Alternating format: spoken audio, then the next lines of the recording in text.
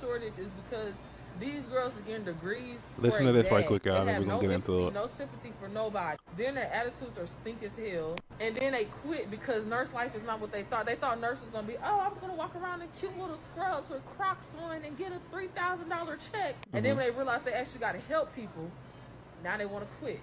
Now they want. No one tells people in male dominated fields that they actually have to love what they do in order to do it well. Look at pilots, look at people in tech. Nobody on Beyonce Giselle Knowles Carter's internet is going to make me feel bad about choosing a profession that I would get paid for well in this economy. Yes, you should have some good customer service skills, and yes, you do need empathy for this job. But what we're not going to do is say that this nursing shortage is about anything else but nurses getting tired of being used, overused, and underpaid. And I don't even feel like this is a fair assessment of anyone to make who does not work in healthcare. You work at Circle K.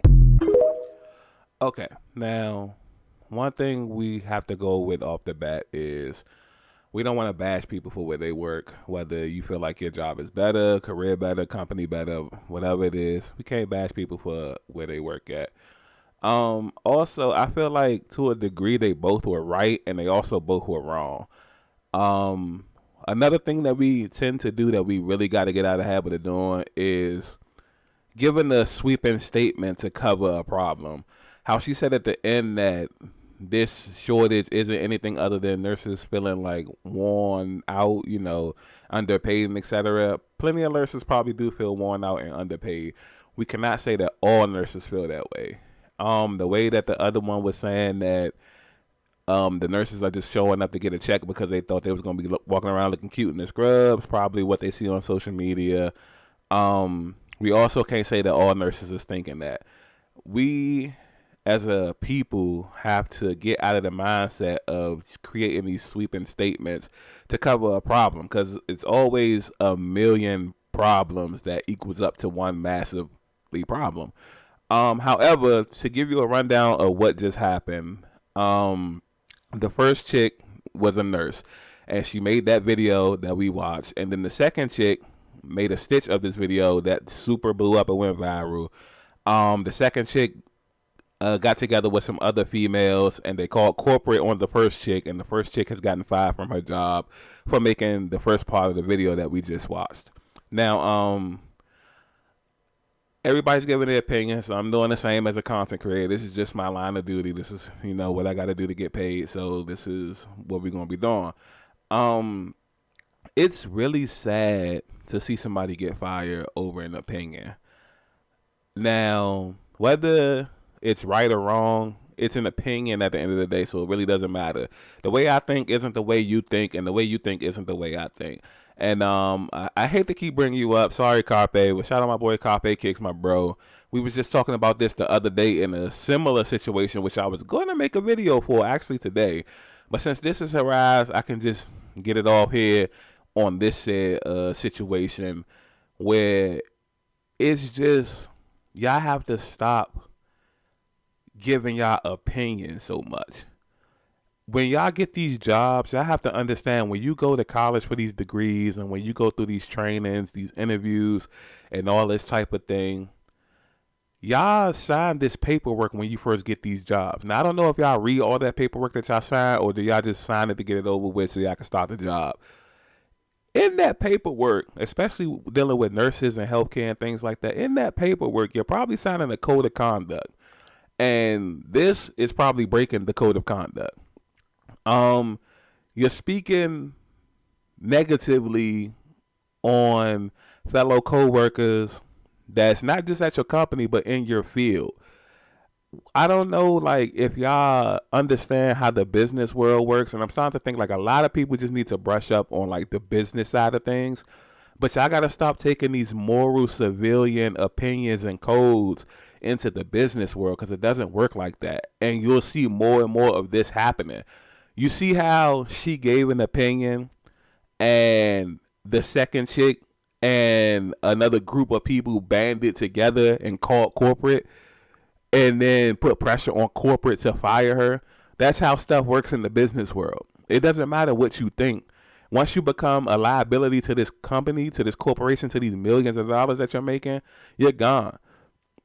and now you're out of a job because you felt the need to give your opinion. Now I know it can be like stressful, and it can be like, you feel a certain way towards a certain type of people, but you got to keep that off the internet. You know what I'm saying? Like, if you got close friends like how I do, I have a lot of strong opinions that I like to get off my chest, but you got to do it in the confines of, like, in real life. You know what I'm saying? We have like therapy sessions at the park with my friends or with my bros or on the Xbox playing games and stuff like that, where it's kind of confidential. It doesn't leave this area, this sacred room.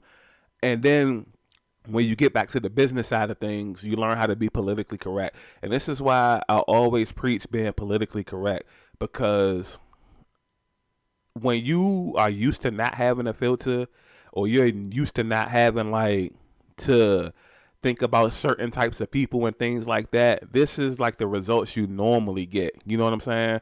And it's very, very unfortunate because you don't want to see nobody lose their job, but y'all have to stop trying to give your opinion on everything, especially if it's a possibility it could ruffle some feathers. You know what I'm saying?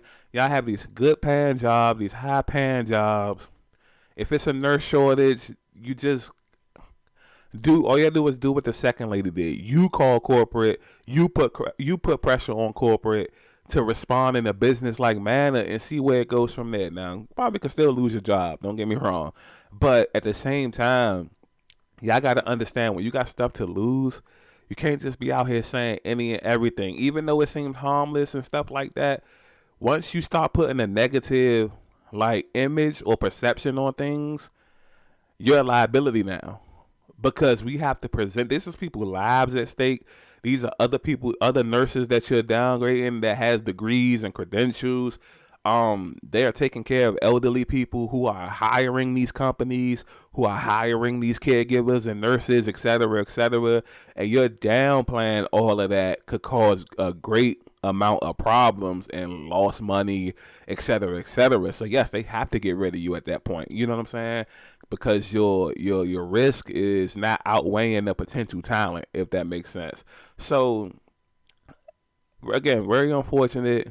The first chick made another video, and I started to feel less sympathetic for her because of what she was saying. I don't know the chick, but she said in the second video that she never thought in a million years like black women would band together to get her to lose her job, because she's always stuck up for black women. She's always been bashing black men, which I'm not really a big fan of. So I started to feel less sympathetic for her, because that karma is always going to come back. Look, you stuck up for these people all this time, and those are the very people that killed your career. You know what I'm saying? So let's just focus on trying to stay positive. We don't have to bash each other. This is why we so deep in the shenanigans now, because we just feel the need to, like, we gotta bash each other. We gotta get our opinions off, et cetera, et cetera. And it's just really sad to see, because I was going to make a video about the nurse, the therapist earlier this year, who had blew up for saying that she didn't want to be a therapist for men. She only wanted to do it for women. But because she said that publicly, she ended up losing her job. And now she has an OnlyFans where she has to get support from the very men that she said she didn't want to work with. You know what I'm saying? So you see how whenever we tend to get like super cocky, life kind of just comes and knocks you off that high horse. So it's just best. That's why I like to stay even keel, never too high, never too low. If I do something successful, I take it in stride, pause, and then I just like to carry on with the mission that I'm on, because at any given second, those tables, they turn. They're always going to turn. Karma's going to hit. Nothing good can last forever. Nothing bad can last forever. It's always a revolving door. You see the little video I had where it just keeps spinning around? It's always revolving. And we tend to sometimes act like once we get up, we're just going to always be up. And then you get arrogant and cocky. And then mistakes happen. It used to be something I always say every day on Twitter 10 years ago. It used to be a daily tweet. Never get cocky, because that's when mistakes happen. And this was just a mistake. So hopefully we get it together. I don't really think we will. I think we kind of too far deep into it. But yeah, how do y'all feel about this situation? Like, comment, subscribe, let me know, and appreciate y'all for watching this video. Thank you.